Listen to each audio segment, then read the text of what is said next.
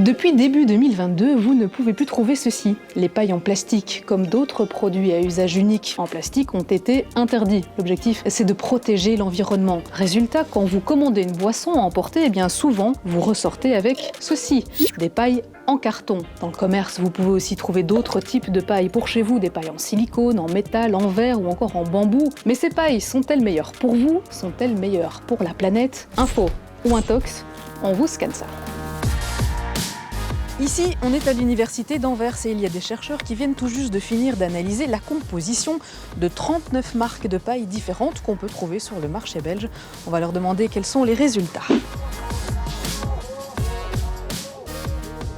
We found that PFAS, a group of synthetic chemicals, and have been used to make materials water and stain repellent. We found that these PFAS in almost all of the paper and bamboo straws, compared to around 50-60% in the glass and plastic ones, and they were absent in the stainless steel ones. Donc en fait, les pailles qui sont en bambou et en papier, qui sont censées être plus écologiques, sont en fait moins écolos que celles en plastique. The presence of PFAS inside these straws makes them not eco-friendly.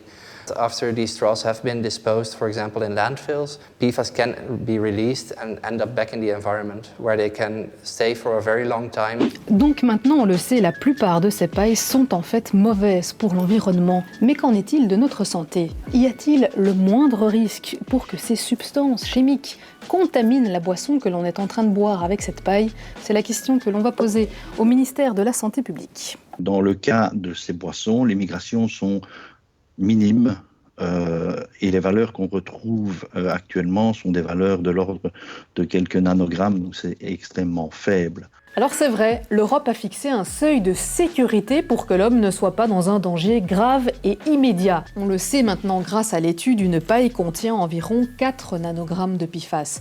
Il faudrait donc que les PFAS de l'équivalent de 77 pailles migrent chez l'être humain en moins d'une semaine pour que ça devienne dangereux. Conclusion, les substances PFAS dans les pailles ne sont pas considérées comme un problème de santé publique. Maintenant, on va bien entendu éviter toute contamination possible, mais donc les PFAS étant aussi un problème environnemental, il y a au niveau européen des discussions qui devraient aboutir en 2025 sur une interdiction totale de l'utilisation des PFAS dans la fabrication de quoi que ce soit.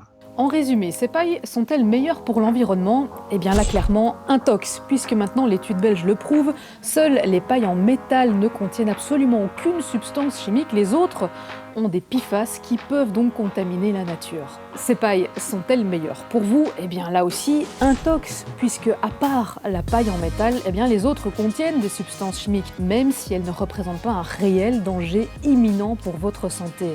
On trouve aussi des autres alternatives sur le marché, comme des pailles comestibles, en biscuits ou en pâtes, mais elles ont un coût, alors peut-être que la meilleure alternative, finalement, c'est pas de paille du tout. Fin de ce scan. Si vous avez une idée ou une info, n'hésitez pas à le laisser en commentaire. À bientôt!